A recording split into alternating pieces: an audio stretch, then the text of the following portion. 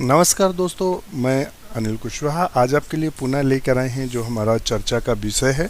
और वो चर्चा का विषय है 2015 का। जो ये आप देख रहे हैं पेपर है जो जीआईसी का, तो जीआईसी का ये पेपर है 2015 का। और ये जो एग्ज़ाम हुआ था, ये एग्ज़ाम हुआ था हमारा 15 सितंबर को हुआ था। कब हुआ था? 15 सितंबर को हुआ था 2015 में। तो एग्ज़ाम की डेट है इस दिन। ये जीआईसी बायोलॉजी का एग्ज़ाम हुआ था। क्या हुआ था? जीआईसी बायोलॉजी का एग्ज़ाम हुआ था, ध्यान रखिएगा। ये जीआईसी बायोलॉजी का एग्ज़ाम हुआ था। तो जो कि पूर्व परीक्षाओं के क्वेश्चन रिपीट होते हैं और काफ़ी महत्वपूर्ण होते हैं, एक आइडिया भी लगता है, और 2 से 4 या 5 क्वेश्चन रिपीट भी होते हैं, तो काफ़ी महत्वपूर्ण हो जाता है आपके लिए। तो शुरू करते हैं वीडियो। उससे पहले रिक्वेस्ट, चैनल को लाइक सब्सक्राइब करें और अपने दोस्तों के साथ शेयर ज़रूर करें। तो क्वेश्चन नंबर अगर इस पे नज़र डालते हैं, क्वेश्चन नंबर फर्स्ट पे, तो क्वेश्चन नंबर जो ये फर्स्ट है, फर्स्ट का मतलब यहाँ जो इससे पहले के क्वेश्चंस थे, तो ये यहाँ से 31 है और ये 32 है और ये 33 स्कैन करने में कटा है और ये 34 है ये। और चूंकि 1 से लेके 30 क्वेश्चन जो थे वो जीएस के थे। किसके थे? जीएस के। तो वो हमने छोड़ दिए हैं और जो हमने बायोलॉजी के क्वेश्चन लिए हैं उनको हमने लिया है। चूंकि इससे पहले जो क्वेश्चन आते थे वो 150 आते थे, 30 जीएस के और 120 क्वेश्चन आपके बायो के थे। ये रेशियो रहता था। तो क्वेश्चन नंबर 31 देखते हैं। Vivipary and presence of nematophore are the characters of. Nematophore की जब बात करते हैं तो निमेटोफोर होता क्या है, इसके लिए एक बोर्ड हम आपसे ले लेते हैं। तो बोर्ड ले लेते हैं, चूंकि ये जब कल आपको टेरिडोफाइट पढ़ाया था उसी का है, ये ऑटोमेटिक सेव कर लेता है। हाँ, आज हम बात कर रहे हैं निमेटोफोर की। तो जब निमेटोफोर की बात करते हैं तो निमेटोफोर होता क्या है, इसकी चर्चा कर लेते हैं तो जानकारी हो जाए निमेटोफोर में।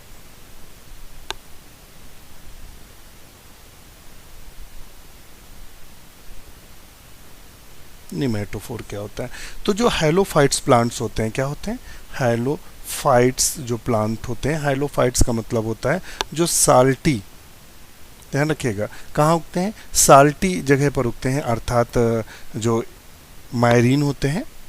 कैसे होते हैं? मैरीन, यानी जो समुद्र के पास उगते हैं या समुद्र के दलदली क्षेत्र में उगते हैं। उनमें क्या होता है कि वो उनमें रेस्पिरेशन के लिए प्रॉब्लम होता है। तो जैसे ये मान लेते हैं कोई पौधा है ये, और ये उसका सरफेस है, तो यहाँ से क्या होता है, इनकी कुछ जड़ें ऊपर की ओर निकल आती हैं। इन ऊपर निकली हुई जड़ों को ही निमेटोफोर के नाम से जानते हैं, निमेटोफोर के नाम से जानते हैं। इसमें छोटे छोटे पोर होते हैं। क्या होते हैं? इनमें इस तरह के छोटे छोटे पोर होते हैं जो रेस्पिरेशन में मदद करते हैं। किसमें?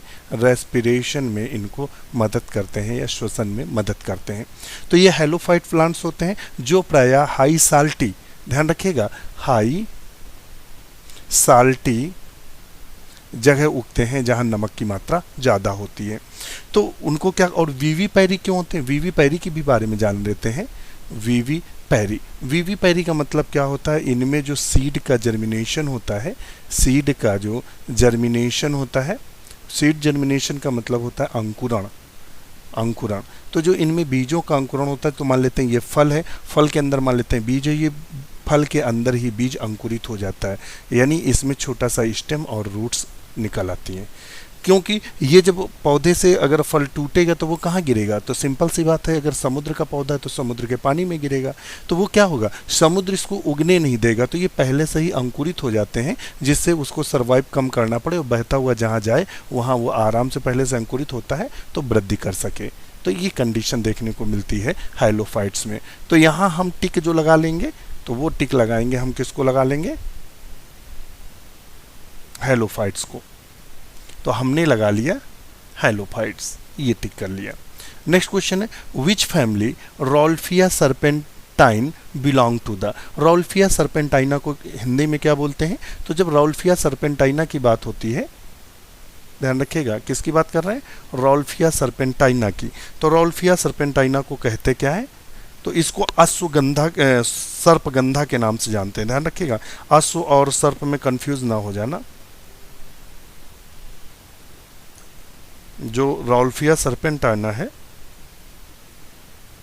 रोल्फिया सर्पेंटाइना,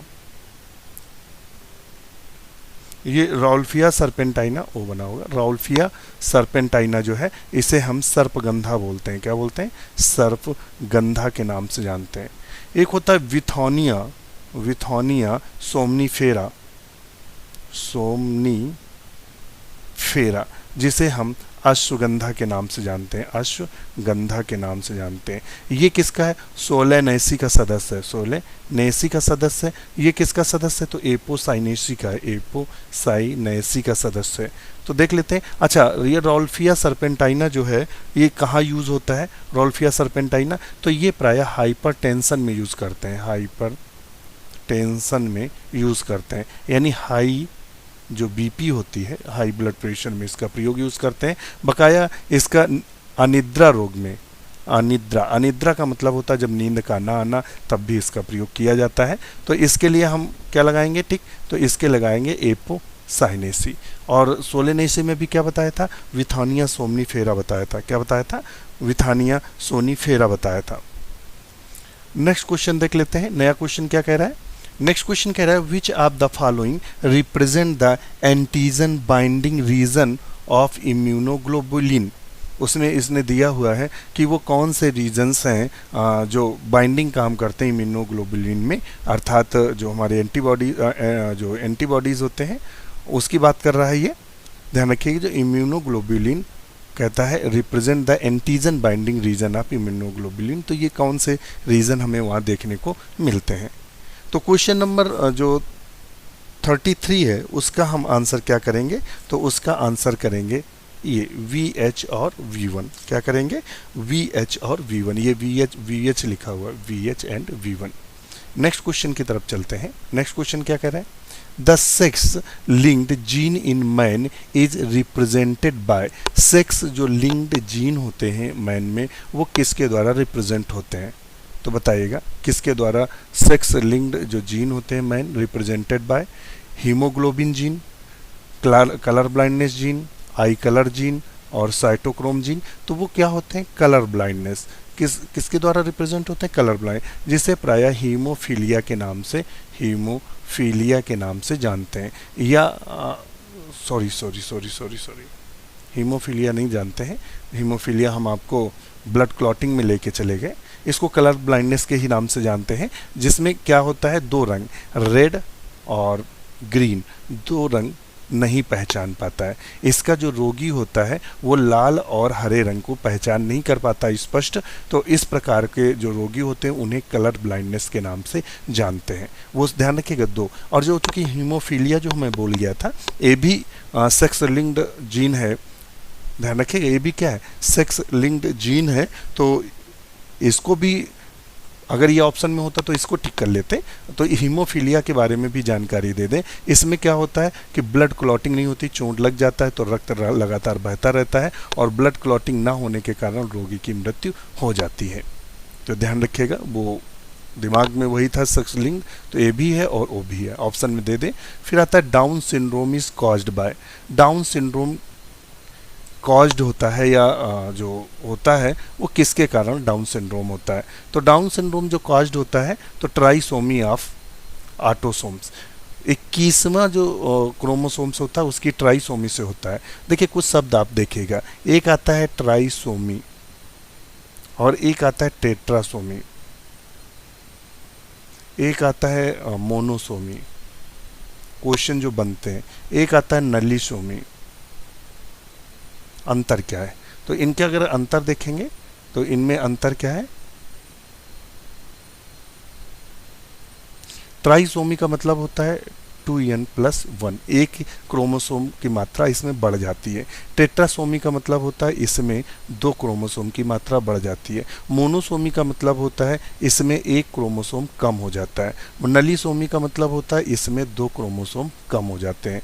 तो ये इनसे क्वेश्चन बनता है। तो एक क्रोमोसोम 21वें जोड़ी में बढ़ जाता है तो उसे ट्राइसोमी कहते हैं। और जो ट्राइसोमी की कंडीशन देखने को मिलती है तो वो 21वें में एक्स्ट्रा क्रोमोसोम हो जाता है। ध्यान रखिएगा, इसमें क्या हो जाता है? एक्स्ट्रा क्रोमोसोम हो जाता है और एबनॉर्मलिटी हो जाती है, जिसे हम डाउन सिंड्रोम के नाम से जानते हैं। किसके नाम से जानते हैं हम? प्रायः हम इसे डाउन सिंड्रोम के नाम से जानते हैं। अगर 13वें क्रोमोसोम की बात कर रहा है। यहाँ कौन सा नंबर का क्रोमोसोम है? तो यहाँ है 13वां। 13वें में अगर एक क्रोमोसोम बढ़ जाए, यानी ये जो 13वां है, 13वें में +1 हो जाए, बढ़ जाए, तो कौन सा रोग हो जाएगा? तो इसे हम पटाऊ रोग बोलते हैं। क्या बोलते हैं? पटाऊ रोग के नाम से जानते हैं। ध्यान रखिए, पटाऊ सिंड्रोम बोल सकते हैं, पटाऊ सिंड्रोम बोल सकते हैं। सिंड्रोम क्या होता है?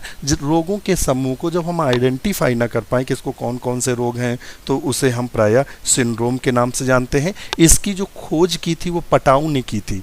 किसने की थी? पटाऊ ने 1960 में की थी। उन्हीं के नाम पर इस जो रोग या यह सिंड्रोम का नाम पटाऊ सिंड्रोम रख दिया गया। ये भी ध्यान रखिएगा। और इसमें क्या होता है? जनरली डेथ जन्म के तुरंत बाद या कुछ घंटों बाद प्रायः हो जाती है। और जब हम बात करते हैं 18वें की, ये 18वां नंबर दिया हुआ है। ये 18वें में कौन सा रोग होता है? तो 18वें में एडवर्ड सिंड्रोम होता है। कौन सा सिंड्रोम होता है? इसको जरा सा डिलीट कर लें। कौन सा रोग होता है? तो प्रायः एडवर्ड रोग होता है, एडवर्ड सिंड्रोम होता है, एडवर्ड सिंड्रोम होता है। एडवर्ड सिंड्रोम की खोज किसने की थी? तो एडवर्ड ने ही, उसी वैज्ञानिक नाम से है। 1960 में इसकी भी खोज एडवर्ड ने की थी। 1960 में इसकी भी खोज होती है, पटाऊ की। ये 18वें क्रोमोसोम में जब एक एक्स्ट्रा क्रोमोसोम बढ़ जाता है तो ये कंडीशन हमें प्रायः देखने को मिलती है। तो आप समझ रहे होंगे कि ये रोग क्या है, इनका मतलब क्या है। तो ध्यान रखिएगा, इसमें भी ट्राइसोमी होती है। तो तीनों में ट्राइसोमी हमने आपको बता दिया। अब चलते हैं नेक्स्ट क्वेश्चन की तरफ। नेक्स्ट क्वेश्चन हमारा क्या कह रहा है? नेक्स्ट कह रहा है destruction of the nucleus of the cell by the ultraviolet rays will. तो destruction of the nucleus of a cell ultraviolet rays will. तो 36 का इस पे जो 4 ऑप्शन दिए हैं, उन 4 ऑप्शनों को आप देखिए। तो 36 का ऑप्शन इसमें सही क्या करेंगे? तो जैसे ही अल्ट्रा वायलेट रेज डालेंगे, ध्यान रखिएगा, तो वहाँ क्या होगा? सिंपल सी बात है, डीएनए होगा। और डीएनए में किसके होने के चांस रहेंगे? म्यूटेशन के। किसके होने के चांस रहेंगे? म्यूटेशन के। तो हम ऑप्शन करेंगे कॉज जीन म्यूटेशन।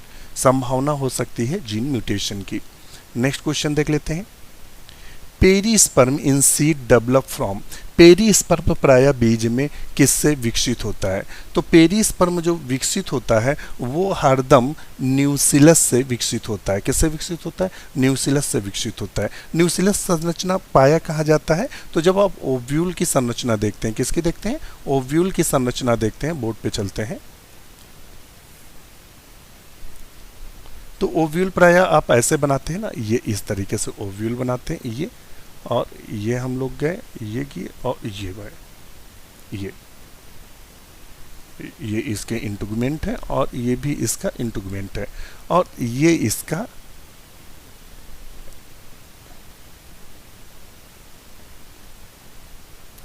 एम्ब्रियो साइक है। ये इसका माइक्रोपाइल है। तो ये वाला जो क्षेत्र होता है, ये वाला क्षेत्र, इसको हम न्यूसिलस बोलते हैं। क्या बोलते हैं? न्यूसिलस बोलते हैं। इसका ये वाला भाग चलाजा भाग होता है। तो यहाँ न्यूसिलस और चलाजा जैसी संरचनाएं आपको देखने को मिलती है। आपको क्लियर पिक्चर भी दिखा देते हैं। चित्र हमने आपके लिए एक व्यवस्था कर दी है। और चूंकि यहाँ लिखने में दिक्कत होती, तो ये वाला भाग अभी हमने कौन सा बताया था? तो ये वाला भाग हमने आपको बताया था कि ये भाग क्या कहता है? चलाजा कहलाता है। क्या कहलाता है? चलाजा कहलाता है। तो देखिए ये चलाजा है। और हमने बताया था कि ये वाला यहाँ, चूंकि वो हमने बनाया नहीं था रेफी वाला पार्ट्स, तो ये यहाँ वाला भाग, ये इसके चारों, ये देखिएगा ये संरचना है। और चूंकि हमने थोड़ा बड़ा बना दिया है, तो यहाँ की जो कोशिकाएं होती चलाजा के थोड़ा नीचे की बात करें, यानी ये वाली संरचना, तो इसको हम न्यूसिलस के नाम से जानते हैं। इनको हमने 2 इंटुगमेंट बताया था, तो इनको क्या बोलते हैं? इंटुगमेंट बोलते हैं। और इनको अगर इसकी बात करें तो एंटीपोडल सेल बोलते हैं, इनको सिनर्गिड सेल बोलते हैं, इनको एक बोलते हैं, पूरे को एम्ब्रियो साइक के नाम से जानते हैं। ये हमारा एग है, ये हमारी सिनर्गिड सेल है, और ये वाला भाग माइक्रोपाइल एरिया कहलाता है। ये संरचना में हीलम है, ये संरचना में फनकिल है। और तो यहाँ न्यूसिलस की हम बात करें तो ये पूरी संरचना हमारी किसकी है? ओव्यूल की। तो ये पूरी संरचना आप ओव्यूल की देख रहे हैं, तो चीज़ें क्लियर हो गई होंगी। और तो अब हम चलते हैं अपने क्वेश्चन की ओर। तो ये किसका पेरिस्पर्म जो होता है सीड में डेवलप होता है, वो प्राय न्यूक्लियस से डेवलप होता है। हाइलम, फनकिल, ओवरीवाल, ये सब आपको जानकारी दे दी गई है। फिर नेक्स्ट क्वेश्चन पूछता है hybridoma technology help in. Hybridoma technology किस में हेल्प करती है? तो ध्यान रखिएगा, मेलिस्टन और कोहलर ने इसकी खोज की थी। किसकी खोज की थी? तो हाइब्रिडोमा जो टेक्निक है इसकी खोज की थी, और इसके बारे में जो हम इससे पहले आपको वीडियो बता चुके हैं उसमें हमने इसका डिटेल और काफ़ी मैटर आपको उपलब्ध करा दिया है। तो इसमें हम ऑप्शन क्या करेंगे? 4 ऑप्शन दिया गया है, तो आप लोग बताएं फटाफट क्या करेंगे। तो इस पे ऑप्शन हम कर देंगे monoclonal antibodies from the cell culture medium. इसके बारे में जो हमने अभी बताया भी है, जैसे कि अभी आपको अगर इसको बोलेंगे डेवलप किसने किया था, डेवलप्ड किसने किया था, तो कोहलर ने किया था। ध्यान रखिएगा, एग्जाम में एलटी में भी पूछे गए, पीजीटी में भी ये क्वेश्चन पूछा गया, और इसके अलावा जो अभी एलटी का हुआ था, एलटी का चूंकि एग्जाम आने वाला है, और सी मिलिस्टन ने इसकी खोज की थी, या मतलब डिस्कवर किया था, या बोल सकते हैं डेवलप किया था 1975 में। ये जो हाइब्रिडोमा टेक्निक है इससे मोनोक्लोनल एंटीबॉडी कल्चर मीडियम के द्वारा प्राप्त की जाती है। इसमें प्राय जो यूज़ किया जाता है वो इम्यूनाइज एनिमल यूज़ किया जाता है। इसमें इसके अलावा माइलोमा सेल का मतलब होता है कैंसर युक्त सेल का प्रयोग करते हैं। ध्यान रखिए, कैंसर सेल जो तेज़ी से बढ़ती है परंतु एंटीबॉडी नहीं उत्पन्न करती है, उसमें हम लिम्फोसाइट सेल्स को क्या कर देते हैं? इंटर करा देते हैं, फिर उसका हम क्लोनिंग करते हैं। तो ध्यान रखिए, जिससे हमें हाइब्रिड जो मोनोक्लोनल एंटीबॉडी प्राप्त होती है। तो हम ऑप्शन लगा लेंगे डी। नेक्स्ट क्वेश्चन देख लेते हैं, which one of the following will not coagulate. ध्यान रखिएगा, वो 49 में कह रहा है इनमें से कौन कोगुलेट नहीं होता है। तो 39 में हम ऑप्शन क्या करेंगे? तो है डी, इनमें कोगुलेट क्या नहीं होगा? ना लिम्फ कोगुलेट होता है, ना तो सीरम कोगुलेट होता है। कोगुलेट का मतलब होता है थक्का का जमना। किसका जमना? थक्का का जमना। तो देखना जो ये दोनों लिम्फ और सीरम नहीं जमते हैं। Jumping genes occurring. Jumping gene क्या होता है? तो बारबरा मैकक्लिंटक ने दिया था। जंपिंग जीन किसने दिया था? तो बारबरा मैकक्लिंटक ने दिया था। क्लिंटक ने इसको दिया था, मैकक्लिंटक। ध्यान रखिए, बारबरा मैकक्लिंटक ने जंपिंग जीन दिया था। और ये देखने को कहाँ मिलती है? तो यूकैरियोट्स और प्रोकैरियोट्स दोनों में प्राय ये हमें देखने को मिलती है। तो 40 का हम सही आंसर कर देंगे डी, ये दोनों में देखने को मिलती है। Recapitulation theory was propounded bye. Recapitulation theory किसने दी थी? तो रिकैपिटुलेशन थ्योरी किसने दी थी बताएंगे, तो हैकेल ने प्राय रिकैपिटुलेशन थ्योरी हैकेल ने दी थी। ध्यान रखिएगा, the process of DNA replication is. तो डीएनए रेप्लिकेशन की जो मुख्य प्रोसेस है वो कौन सी है, ये उसका कहना है। तो वो प्राय देखिए, इसमें से जो प्रोसेस है मेन, जिसको प्राय किसने दिया था? क्रिक ने दिया था। किसने दिया? तो वाटसन और क्रिक ने ही दिया था इसको, और क्रिक ने दिया था semi conservative method. Semi conservative method होता क्या है, इसकी भी चर्चा कर लेते हैं, अगर आपको नहीं मालूम है तो देख लीजिएगा। सेमी कंजर्वेटिव मेथड में ये कहा गया कि मान लेते हैं जैसे ये हमारा मूल डीएनए है, ये हमारा मूल डीएनए है। कहता है जब रेप्लिकेशन होते हैं तो इसके दोनों धागे खुल जाते हैं, तो एक धागा ये आ गया और एक धागा ये आ गया, और इसके साथ एक धागा ये बना और एक धागा ये बना, सेमी कंजर्वेटिव। यानी ये क्या था? पेरेंट्स का था, पेरेंट्स का था, और ये क्या है? न्यू है। ये क्या था? पेरेंट्स का है, और ये क्या है? न्यू है। तो इस तरह सेमी कंजर्वेटिव, यानी एक इसमें जो थ्रेड है वो पेरेंट्स से आया और एक थ्रेड नया बना, तो इसको हम सेमी कंजर्वेटिव मेथड्स के नाम से दिया था, और मतलब जानते हैं। और इसको किसने दिया था? तो वाटसन और क्रिक ने इसको दिया था। ध्यान रखिएगा, तो ये भी क्वेश्चन बन सकता है। अब हम आपको अपनी मेंबरशिप के बारे में बता दें। अगर अभी आप तैयारी कर रहे हैं और चूँकि जीआईसी और आश्रम पद्धति का अगर एग्ज़ाम देने जा रहे हैं तो 299 की मेंबरशिप है, 1 टाइम है। आप अभी भी जुड़ सकते हैं, लगभग 19 दिन है, और चूँकि आश्रम के लिए तो लगभग 26 दिन है, 26 दिन है। तो अभी आप जुड़ेंगे तो ये आश्रम पद्धति तक लगातार आपकी मदद करेगा चैनल। और 299 केवल है, 1 टाइम पे करना है, जिसमें आपको जीएस का नोट्स अवेलेबल हैं, सारे हैंड रिटन नोट्स अवेलेबल हैं। उसके अलावा डिस्कशन होता है। डिस्कशन जो आज है वो आपका प्लांट एम्ब्रियोलॉजी का है। एम्ब्रियोलॉजी जो सिलेबस में दिया है वहाँ दिया हुआ है प्लांट रिप्रोडक्शन, तो वो पूरा एम्ब्रियोलॉजी यहाँ आ जाएगी। तो आज इसका डिस्कशन है 9:45 से लेकर जो ये होता है वो 11 PM तक होता है। तो यहाँ एक भी क्वेश्चन हम नहीं छोड़ेंगे। और प्रैक्टिस ग्रुप पर डेली आपको प्रैक्टिस सेट उपलब्ध कराया जाता है। नोट्स ग्रुप पर आपको ELT, TGT, PGT, GIC के सारे नोट्स अवेलेबल हैं। दूसरा, जो मित्र हमारे ELT की तैयारी कर रहे हैं, ELT का जो बैच है या ELT का जो परिवार बनने वाला है, तो आप उस परिवार के सदस्य बन सकते हैं। उसकी जो मेंबरशिप रहेगी 499 रहेगी, तो आप 499 की मेंबरशिप ले सकते हैं। और ये 499 की जो मेंबरशिप है ये आपको लगातार नए ग्रुप इसके लिए बनाए जाएंगे। ये ग्रुप चूँकि अभी GIC के बाद और आश्रम पद्धति तक सक्रिय रहेंगे, उसके बाद अभी आपके लिए नए ग्रुप बनाए जा रहे हैं। एक कल तक सारे नए ग्रुप बन जाएंगे जिसमें केवल हमारे ELT के मित्र ही जुड़ेंगे और उनके लिए सारी सुविधाएं उपलब्ध कराई जाएंगी। जो सुविधाएं यहाँ दी जा रही हैं सेम सुविधाएं आपको वहाँ उपलब्ध करा दी जाएंगी। और लगभग आपका जो सिलेबस है वो सिलेबस 3 से 4 बार आपका राउंड अप करा दिया जाएगा। जो डिस्कशन है वो लगभग 3 से 4 बार हो जाएगा, तो आपको पूरा सिलेबस रट जाएगा। तो आपका सिलेक्शन श्योर होगा। आप हमसे जुड़िए, हमारा अपना मानना है। और जो ऐप है डॉक्टर नोट्स परिवार का ऐप है, जैसे ही वो ऐप आ जाता है तो आपको वहाँ वीडियो भी मिलने लगेंगे। और वीडियो के लिए जो मेंबरशिप रहेगी वो इतनी मेंबरशिप रखेंगे जितनी एक बुक की कीमत हो। तो ध्यान रखिएगा, यहाँ मीन्स ये है जो आपको ये मेंबरशिप दी जा रही है ये सिर्फ उसके लिए किया जा रहा है। एक्चुअली में अभी तक सब फ्री चल रहा था। अब चूँकि टाइपिंग का खर्च और जो मेंटेनेंस करते हैं बंदे हमारे, तो उनका भी खर्च देना पड़ता है, तो इसीलिए बिल्कुल मिनिमम फीस रखी जा रही है। तो शुरू करते हैं वीडियो। अब हम आते हैं नेक्स्ट क्वेश्चन की तरफ। यहाँ क्वेश्चन क्या कह रहा है 43, विच of the following technique is used for the amplification of DNA sequence. DNA sequence के एम्प्लीफिकेशन के लिए कौन सी तकनीक का प्रयोग करते हैं। एम्प्लीफिकेशन का मतलब होता है वृद्धि के लिए, तो हम प्रायः PCR का प्रयोग करते हैं। किसका करते हैं? PCR। PCR का फुल फॉर्म होता है पॉलीमरेज चेन रिएक्शन। क्या होता है? Polymerase chain reaction. Polymerase chain reaction को किसने दिया था? तो कैरी मुलस ने दिया था। किसने दिया था?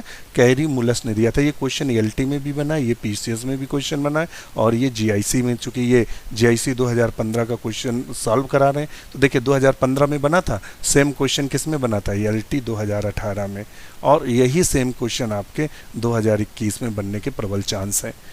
तो पूछ सकता है किसने खोज की थी? तो कैरी मुलस ने की थी इसकी खोज, और इसको PCR बोलते हैं, पॉलीमरेज चेन रिएक्शन बोलते हैं। और ये क्या करता है? DNA के एम्प्लीफिकेशन का कार्य करता है, या DNA में जो होता है उसकी कई सारी कॉपी बनाने में मदद करता है। तो इसको आप ध्यान में रखेंगे। और जो ये वाली तकनीकी हैं इनकी भी बात कर लेते हैं, साउथर्न, नॉर्थर्न और वेस्टर्न। तो देखिएगा, जो साउथर्न होता है ये DNA को आइडेंटिफाई करता है, DNA को आइसोलेट करने में मदद करता है। और जो हमारा नॉर्थर्न टेक्निक है वो RNA को आइसोलेट करने में मदद करता है। और वेस्टर्न टेक्निक जो है ये प्रोटीन को आइसोलेट करने में मदद करती है। तो ये हमारी तकनीक थी। पॉलीमरेज जो है वो क्या करता है? तो वो DNA के एम्प्लीफिकेशन यानी उसके विस्तार करने में या उसकी कई सारी कॉपी बनाने में मदद करता है। तो ये सारी आपको जानकारी हमने उपलब्ध करा दी है। नेक्स्ट क्वेश्चन देख लेते हैं। Which one of the following is the specifically meant for the animal cell culture. Which one of the following specially meant for animal cell culture. इसमें से जो तकनीक दी है वो इसमें से वो कौन है जो प्रायः एनिमल सेल कल्चर में प्रयोग की जाती है? तो बताइएगा। 44 का हम लोग सही क्या करेंगे? तो बिल्कुल नया क्वेश्चन बना है, तो वो है फर्मेंटर। क्या है? फर्मेंटर। तो ऑप्शन लगाएंगे फर्मेंटर। बिल्कुल न्यू क्वेश्चन है, बायोटेक्नोलॉजी का डीप से पूछा गया क्वेश्चन है, ध्यान रखिएगा। तो इसका ऑप्शन करेंगे 44 का C। Gigantism and acromegaly develop due to. तो ये आपके हार्मोन्स चैप्टर से है। कहाँ से है? हार्मोन्स जो चैप्टर्स है एनिमल हार्मोन्स उसका है, खासकर ह्यूमन हार्मोन्स। तो जियांटिज्म और एक्रोमेगाली डेवलप ड्यू टू, तो किसके वो होता है बताइएगा। तो hypothyroidism, hyperthyroidism, hyper secretion of growth hormones. तो देखिएगा, ग्रोथ हार्मोन्स का जो मुख्य कार्य क्या है? तो ग्रोथ हार्मोन्स का कार्य है कि बॉडी को बढ़ाने में मदद करना। प्रायः कार्य क्या है? कि बॉडी को बढ़ाने में मदद करना। तो अब मदद करता है, मान लेते हैं जैसे ग्रोथ हार्मोन्स है जिसे हम जीएच के नाम से जानते हैं। तो ये जब नॉर्मल निकलता है तो हमारी जो वृद्धि होती है मतलब एक सही तरीके से होगी। अगर यही ग्रोथ हार्मोन्स मतलब बहुत ज़्यादा निकलने लगे, जब बहुत ज़्यादा निकलने लगेगा तो क्या होगा भाई, जो हमारी हड्डियां हैं वो ज़्यादा बढ़ जाएंगी, बहुत बढ़ जाएंगी, तो क्या हो जाएगा, जिगांटिज्म हो जाएगा। भीम कायकता बोलते हैं, क्या बोलते हैं, भीम कायकता। ये प्रायः कब तक होता है, 17 से 18 साल तक हो सकता है। उसके बाद एक्रोमिगैली होता है, फिर ये भीम कायकता नहीं होती है। पौणावस्था में एक्रोमिगैली। एक्रोमिगैली में क्या होता है कि जो हमारी बोन्स होती हैं, बोन्स के इंड प्लेट बन जाती हैं, तो बोन्स हमारी नहीं बढ़ती हैं, मगर जो क्या होती हैं, हमारे जो अंगुलियों के बोन्स होती हैं वो बढ़ती हैं और हमारा जबड़ा बढ़ जाता है। तो मतलब एक्रोमिगैली बोलते हैं, तो डेवलप हो जाता है एक्रोमिगैली हाइपर सिक्रीशन से। नेक्स्ट क्वेश्चन देख लेते हैं।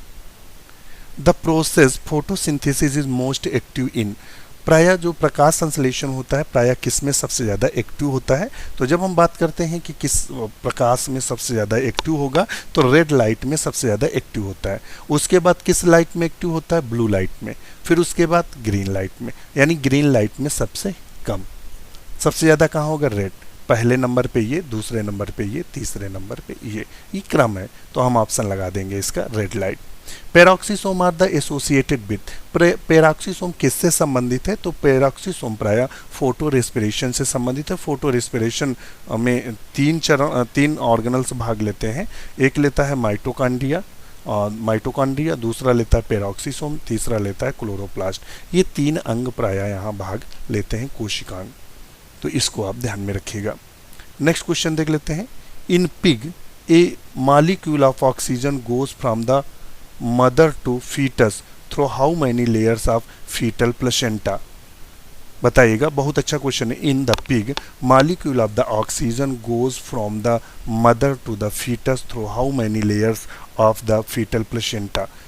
तो यहाँ ऑप्शन क्या करेंगे, बड़ा अच्छा क्वेश्चन है। इसका जो सही आंसर होगा वो होगा 3। आखिर ये ऐसा क्यों है, तो इसको आप तो देख भी लेते हैं। तो प्रायः इसमें कितने होते हैं, 6 बैरियर होते हैं। कितने होते हैं, 6 बैरियर पाए जाते हैं इनके प्लेसेंटा में, बैरियर्स देखने को मिलते हैं। इनमें से प्रायः 6 बैरियर्स देखने को मिलते हैं, और 6 बैरियर्स में जो 3 बैरियर, तो 3 बैरियर्स जो देखने को मिलते हैं वो यूट्राइन वाल के मिलते हैं, ध्यान रखिएगा, यूट्राइन वाल के मिलते हैं। और जो 3 बैरियर मिलते हैं वो फीटस के मिलते हैं। किसके मिलते हैं, फीटस के मिलते हैं। 3 बैरियर जो होते हैं वो फीटस के मिलते हैं। तो ये बैरियर हैं कुछ, तो 3 बैरियर प्रायः फीटस के मिलते हैं। ये फीटस के बैरियर 3 होते हैं। तो यहाँ चूंकि उसने साफ शब्दों में पूछा कि फीटल प्लेसेंटा में की बात कर रहा है, तो 3 बैरियर्स होते हैं, तो ऑप्शन इसलिए हम 3 लगा देंगे। आज के लिए इतना ही। वीडियो कैसा लगा हमें कमेंट जरूर करें।